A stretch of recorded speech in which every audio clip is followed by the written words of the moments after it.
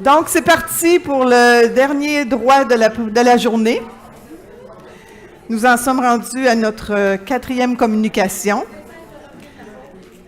Et cette fois-ci, ben c'est ça, je demanderais, j'ai trouvé qu'il y avait moins de personnes qui avaient mis des mots-clés dans le Padlet, mais j'invite tous les gens de la salle et du web, mais seulement les provinces autres que le Québec et la Colombie-Britannique. Vous comprendrez pourquoi. En Colombie-Britannique, il y a 1,5 % de la population qui est francophone et est dispersée sur un vaste territoire. Et malgré cela, plus de 55 000 élèves sont inscrits au programme d'immersion française et plus de 6 000 autres font leur parcours scolaire au sein du Conseil scolaire francophone de la Colombie-Britannique. Une équipe de la Faculté d'éducation de l'Université Simon Fraser s'est intéressée à la formation continue des enseignants qui font vivre ces programmes francophones en milieu minoritaire. Le modèle de livraison retenu, de type Comet, est un modèle de formation en mode hybride permettant à la fois de donner accès aux études supérieures en éducation à ces enseignants et également de soutenir dans le temps l'émergence d'une réelle communauté d'apprentissage francophone. Madame Hélène Lalancette, qui est directrice adjointe au Bureau des affaires francophones de l'Université de Simon Fraser, nous partagera les défis d'implantation et de livraison de ce projet. Hélène, c'est à ton tour. Merci beaucoup. Bonjour. Le paragraphe qui vient d'être lu décrit bien le projet que je vais vous présenter. En fait, plus vous partagez aujourd'hui, c'est une réalité qui est fort différente d'autres régions du Canada. J'appelle ça la minorité minoritaire. Quand on tombe dans des chiffres comme 1,4, 1,5 % de francophones, bon, il y a beaucoup de francophiles, là, on s'entend, mais c'est donc un contexte qui se vit de milieu minoritaire, très minoritaire. C'est pour ça que je vais présenter le projet qu'on a mis en place à la Faculté d'éducation pour les enseignants du réseau scolaire de la province qui offrent 3 types de programmes en français. Élémentaire, secondaire, c'est-à-dire le programme d'immersion française, le programme de français de base, qui est un programme qui est obligatoire jusqu'à la 9e année, et le programme de français langue première, qui est livré par le Conseil scolaire francophone de la Colombie-Britannique. La formation des enseignants en Colombie-Britannique, c'est une formation qui dure 16 mois, qui est offerte par différentes universités, UVic, UBC et SFU. Et cette formation-là les amène à se certifier pour enseigner en contexte de français minoritaire. Ça fait partie de leur instruction pour ceux qui font évidemment la formation des maîtres en français. Globalement, je vais juste situer le projet et le défi. Et ce que je vous suggère, c'est que je vais vous le présenter comme une expérience en cours. En fait, c'est mon doyen qui me dit qu'il y a juste des fonds pour ce qui s'appelle projet pilote. Alors, si j'appelle les choses des projets pilotes, on va pouvoir trouver des fonds. Alors, c'est un projet pilote, mais j'aimerais beaucoup entendre vos commentaires et suggestions là-dessus parce que ça concerne un projet d'intégration ou de progressive des connaissances numériques des enseignants en fonction. Donc, progressive de partir de des gens qui en ont pas beaucoup pour les amener à se former dans des études graduées, aux études supérieures. Donc, on parle par exemple d'une maîtrise. Et comment on fait pour établir un parcours où, à travers des formations de développement professionnel, on va tranquillement introduire une plateforme. Ensuite, on va tranquillement introduire des suivis à distance synchrones pour aller, et là, vous me voyez venir progressivement vers des formations de niveau supérieur qui sont en mode hybride et vers la maîtrise en ligne asynchrone. Donc, c'est cette progression-là qu'on est en train d'essayer de piloter.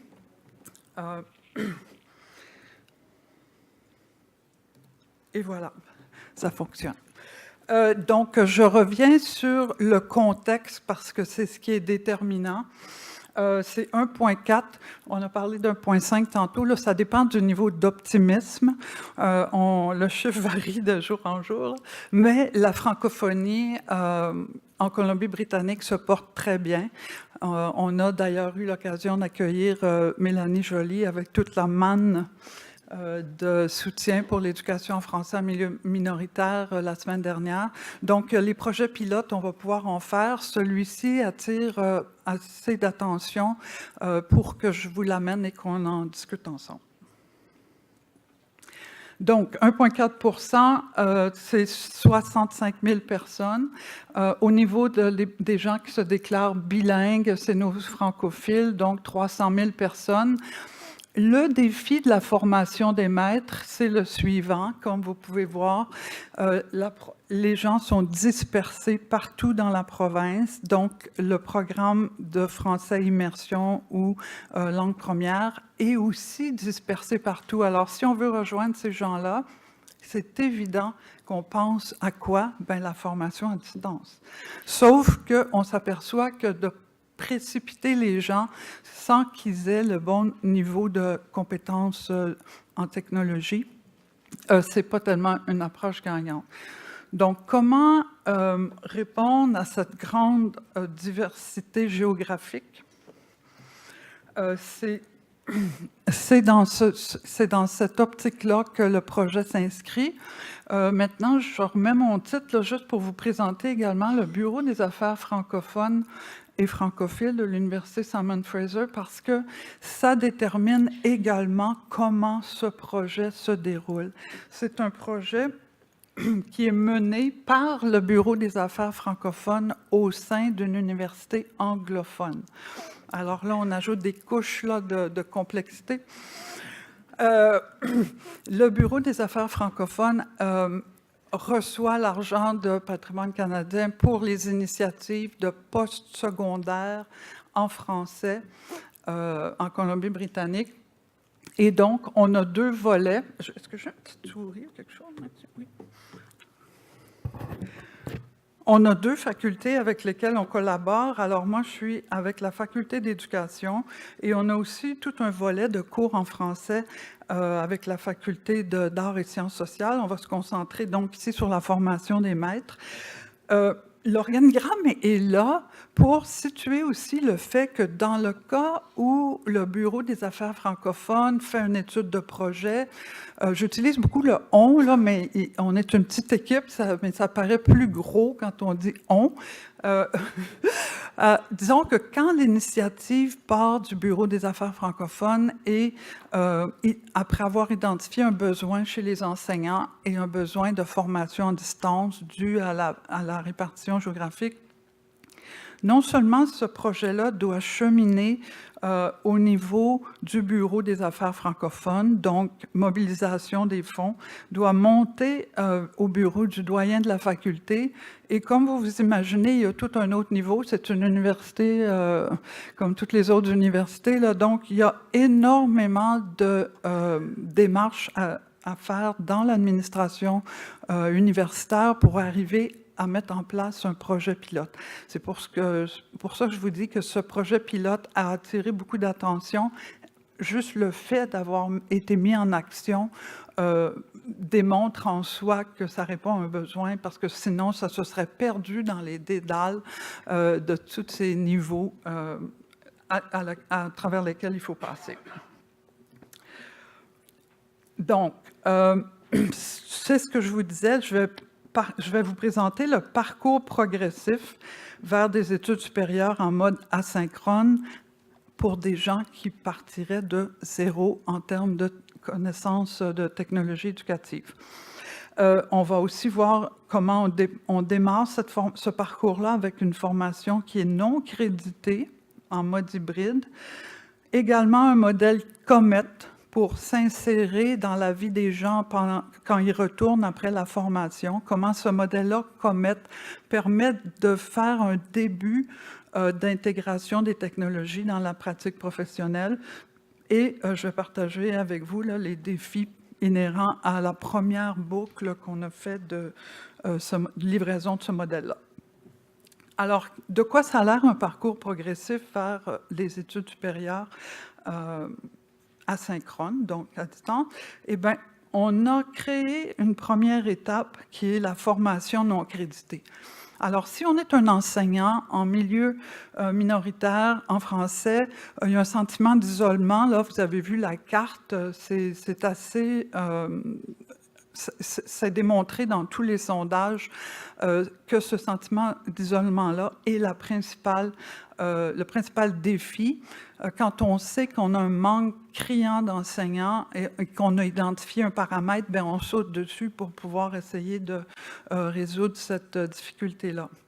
Donc, on débute avec ces enseignants-là par une formation non créditée intensive, une semaine en présentiel. Alors là, on est vraiment dans faire connaissance, on n'est pas dans des modes hybrides, mais on va en amont avoir une plateforme éducative qu'on introduit pendant cette semaine-là. Alors ça, c'est vraiment une première introduction en douceur des outils de Canva. Et on crée, après cette semaine-là, le modèle Comet, c'est-à-dire que les gens s'en vont et ils ont un rendez-vous synchrone. OK? Alors, parce qu'on est dans le non crédité, je vous dirais que ça devient très attirant et intéressant parce qu'on n'est pas dans des processus d'évaluation. J'attire votre attention sur le chiffre au bas ici, là, parce que dans la progression vers des études graduées, vous allez pouvoir voir un peu comment c'est un entonnoir, mais à quel point ça vient chercher les gens dans l'augmentation de leurs compétences en parallèle. Alors, on débute avec des enseignants en formation. Ils viennent sur le campus, ils font une formation intensive non créditée et ils sont initiés à une plateforme. La suite de cette formation-là les amène à considérer ce qui est une formation créditée, mais le début des études supérieures, qui est le diplôme d'études supérieures en éducation, qui, lui, on va le revoir, là, va être en mode hybride. Je fais une pause ici parce que là, vous allez peut-être vous demander pourquoi cette obsession d'amener les enseignants à faire des études supérieures dans la province, en milieu minoritaire. Eh bien, je vous dirais que c'est une priorité parce que la francophonie en Colombie-Britannique, elle se vit, elle se développe autour des écoles et que ça a été bien démontré aussi que les leaders en éducation passent par ces parcours et se retrouvent là-dedans, créent des réseaux qui sont très, très solides et c'est la vitalité finalement des communautés francophones en Colombie-Britannique dont on parle. C'est d'aller de rendre possible des parcours qui permettent à des gens de devenir leaders dans le domaine de l'éducation en milieu minoritaire. Et donc, c'est pour ça que ce parcours élaboré et complexe, qui peut même sembler un peu machiavélique, vise à soutenir et permettre justement l'accès à des maîtrises en éducation à des gens qui, eux, seraient appelés à devenir après les moteurs des communautés francophones. Dans la carte que je vous ai montrée, toutes les populations francophones sont installées autour des écoles élémentaires, secondaires. C'est typique là, des milieux minoritaires. L'école est le cœur des communautés francophones hors Québec. Donc, je continue. Alors, les gens ont fait une formation non créditée. Oups, il y a une plateforme qui a été introduite. Mais ça reste une invitation à des rencontres synchrones plus tard. Ensuite, invitation au niveau études supérieures. Alors là, on peut s'inscrire à un diplôme d'études supérieures qui, lui, est en mode hybride. Oups, le côté. Et finalement, pour arriver justement à développer ce leadership éducationnel, à inviter les gens à arriver à faire la maîtrise en ligne en éducation en mode complètement asynchrone. Et ce chemin-là est rendu possible justement par une progression vers l'éducation en ligne à partir de quelque chose qui était impossible avant à envisager pour eux. Alors, si je regarde ici, je reviens sur la formation non créditée. De quelle forme ça prend? C'est vraiment une initiation pour ces enseignants-là à l'aspect de retour aux études universitaires. Donc, c'est un institut d'été très, très intensif. Il y en a qui se sont demandé d'ailleurs s'il y avait le cardiovasculaire suffisant pour ça. On a ajusté le nom parce que ça portait à confusion. C'est vraiment sur l'enseignement en français langue seconde. Donc, une semaine intensive. La plateforme, c'est Canva. Et ce qu'on s'aperçoit, c'est que même au niveau d'une formation présentielle qui utilise une plateforme à des fins d'initiation, eh bien, c'est pas si simple. Il y a tout un travail d'adaptation, d'accès à la plateforme qui nous révèle que, d'une manière générale, la population enseignante, au niveau des compétences numériques et technologies éducatives, ça nous fait constater qu'il y a beaucoup de travail à faire. Donc, et ça nous confirme le besoin d'un parcours progressif comme ça. Donc, même avec Canvas, je ne sais pas s'il y en a qui connaissent la plateforme, mais Moodle a perdu un petit peu de momentum, en tout cas en Colombie-Britannique. Il y a plusieurs universités qui ont adopté Canvas. Par contre, on a encore l'outil qui est intégré ici de collaboration qui est... mon Dieu, es-tu nommé ici? Collaborate, qui était anciennement Blackboard, et ça, c'est pas l'outil le plus facile. Tout ça pour dire que Canvas est quand même, on utilise juste les fonctionnalités minimales pour la formation non créditée, mais c'est un premier irritant qui nous dit très clairement que ces gens-là ne se seraient jamais inscrits à un programme asynchrone d'études supérieures. Alors, donc, on continue dans cette étape qui est la partie première, donc une formation non créditée. On forme la comète. La comète, c'est la queue de la comète, c'est les 4 rencontres qui vont suivre, qui sont en mode synchrone, dans les mêmes outils qu'on a utilisés. Donc, le cœur de la comète, c'est la semaine, et la queue de la comète, ça va être ces 4 rencontres qui vont être sur l'outil qu'ils ont déjà connu. Alors, à cette étape-là, d'après vous, le nombre de gens qui ont fait la formation non créditée, qui se pointent à la suite dans les sessions synchrones, est-ce que c'est la majorité, une minorité? On a documenté ce phénomène-là aussi après 2 livraisons. Et puis, finalement, c'est très concluant à savoir qu'on a démystifié les outils et que la queue de la comète a gagné toute sa validité.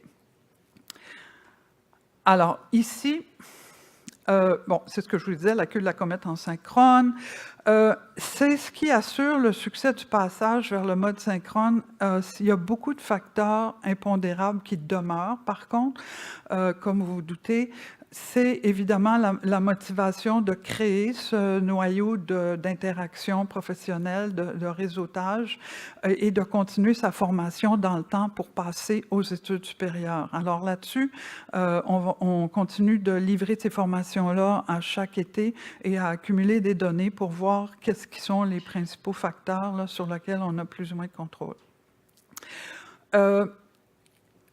Je confirme donc encore une fois que c'est cette formation-là, initiale, non créditée, qui permet vraiment de faire des interactions en mode synchrone et qui sécurise les apprenants dans une transition vers quelque chose qu'ils n'auraient jamais envisagé au niveau des études supérieures.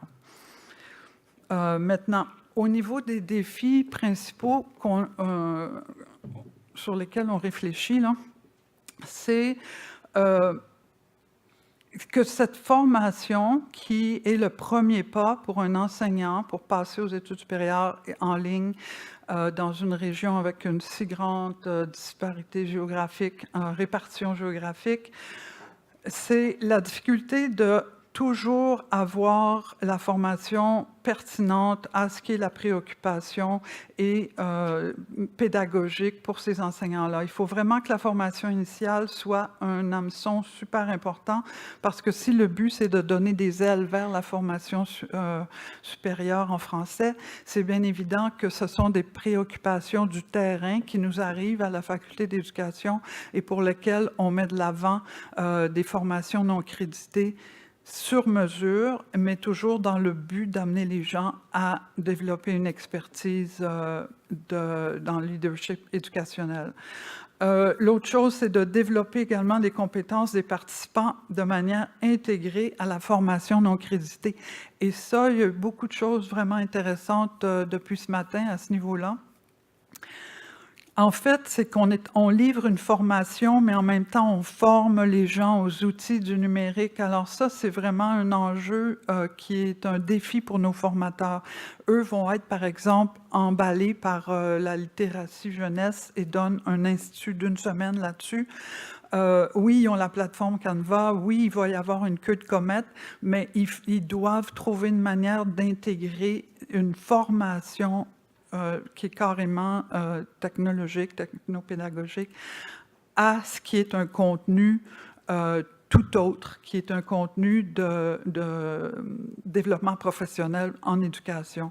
Donc ça, c'est un défi important. On envisage différentes options, à savoir, est-ce qu'on met 2 formateurs, est-ce qu'il y a des pauses dans la journée, puis là, on part sur la plateforme, puis on se forme sur ces outils-là. C'est vraiment encore en réflexion. Également, de mettre à jour les programmes d'études supérieures qui sont livrés une fois que l'étudiant se rend jusqu'à un diplôme d'études supérieures et passe à la maîtrise, et là, qui est rendu en asynchrone. Il y a des défis également pour nous dans la question de mise à jour de ces programmes-là, parce que c'est très, très changeant, disons, au niveau des priorités. On a eu un nouveau curriculum il y a à peu près 5 ans et il y a eu énormément de formations dans ce sens-là. Il fallait développer des gens avec des maîtrises en pédagogie langue seconde, en urgence. Eh bien, on monte ça en mode asynchrone et puis après ça, 4 ans plus tard, c'est complètement... Le milieu a besoin de complètement autre chose. Ce dont on parle en ce moment, c'est de plurilinguisme. Non seulement on faisait du français pédagogie langue seconde, mais maintenant, les étudiants qui sont dans les classes, le français, c'est leur 4e langue, 3e langue. Donc, on est en train de voir comment on peut maintenir le rythme des programmes qu'on met en mode asynchrone. On a vu, quand j'ai vu le modèle de fabrication mécanique, je me suis dit, mon Dieu, si on pouvait juste avoir quelque chose qui a cette ampleur-là, mais qui peut se changer aux 4 ans, là, ça serait l'idéal. Disons que ça, c'est un des gros défis parce que les besoins du terrain sont en constante évolution. Alors, je voudrais juste revenir avant de passer aux questions. Je vais revenir, j'ai vu que je voulais vraiment attirer votre attention sur les chiffres qui sont là. Et ce petit chiffre a peut-être passé inaperçu, c'est que dans ce modèle de passer du non crédité, synchrone, queue de comète synchrone jusqu'à du hybride présentiel et asynchrone et jusqu'à une maîtrise en ligne asynchrone, on passe de ratios comme ceux-ci, c'est-à-dire que si au départ on a 60 personnes, on va avoir par la suite, quand on monte aux études supérieures, 20 personnes qui vont suivre le mouvement, et puis pour passer finalement à la maîtrise en ligne asynchrone, on va avoir 5 personnes. Ça n'a pas l'air des gros chiffres, mais on est tellement contents. On est tellement contents de nos chiffres.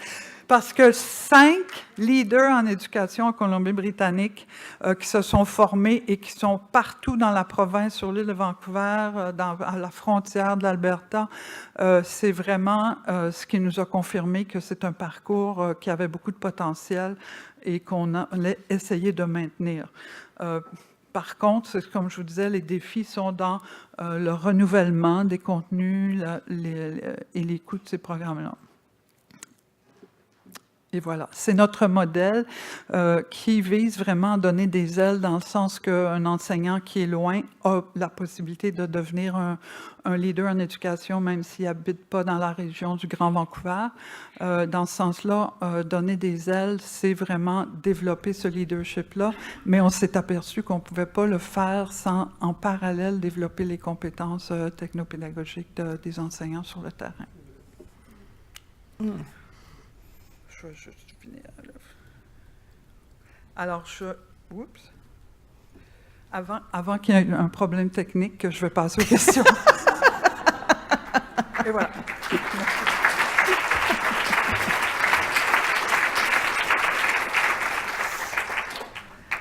Alors, est-ce qu'il y a des questions dans la salle? Non, je pense... Oui, une question là-bas. Allez, madame. Bonjour, merci beaucoup. En temps, ça prend combien de temps, une formation? Très bon point. Dans le cas de la maîtrise, c'est une maîtrise de 2 ans parce que ça cible les enseignants en formation. Donc, la maîtrise en éducation en mode asynchrone dure 2 ans. Donc, dès que la personne a fait la partie formation non créditée, qui est un institut d'été, a vécu la comète dans les mois qui suivent, généralement, c'est ces gens-là qui s'intéressent à entrer dans la cohorte suivante de programmes en ligne. L'intérêt a été créé.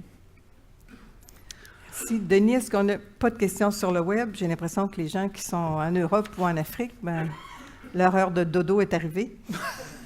Est-ce qu'il y a d'autres questions dans la salle? Bien, je vous remercie d'avoir reconnu que les chiffres étaient parlants parce que vous êtes tous des pédagogues, vous pouvez comprendre, mais je vous dirais qu'il y a certains administrateurs que quand on leur parle de 5 personnes qui sont issues de ce programme-là peuvent se gratter la tête, mais c'est par chance, on trouve une bonne oreille à Simon Fraser parce qu'ils sont membres de l'association, SFU est membre de l'Association des collèges et universités francophones du Canada, malgré le fait que c'est une université anglophone, ils ont un leadership dans la francophonie qui est très, très important. Donc, on a une bonne oreille auprès des administrateurs parce que c'est pas partout qu'avec un projet pilote qui aboutit avec 5 leaders d'une master en asynchrone, on trouverait que statistiquement, c'est valable, mais on est content que vous l'ayez reconnu. C'est parce que je pense qu'entre pédagogues, on comprend ce que c'est d'arriver à ces démarches-là. Hélène, ici, dans le Padlet, j'ai une expression qui s'est écrite « apprentissage autodirigé ». Est-ce que ça correspond bien au programme que vous avez préparé? Un apprentissage autodirigé. Le voyez-vous comme ça? Ben, moi, je vais être obligée de relire là, le guide sur la distance, parce que ce vocabulaire, je ne crois pas qu'on peut faire l'équivalence entre asynchrone et autodirigé. Parce qu'asynchrone a quand même un rythme et un calendrier par rapport à autodiriger, là, mais c'est une nuance donc que je ne ferai pas sans vérifier. Excellent, excellent. Puis un autre message dit « progression vers le en ligne ». Est-ce que...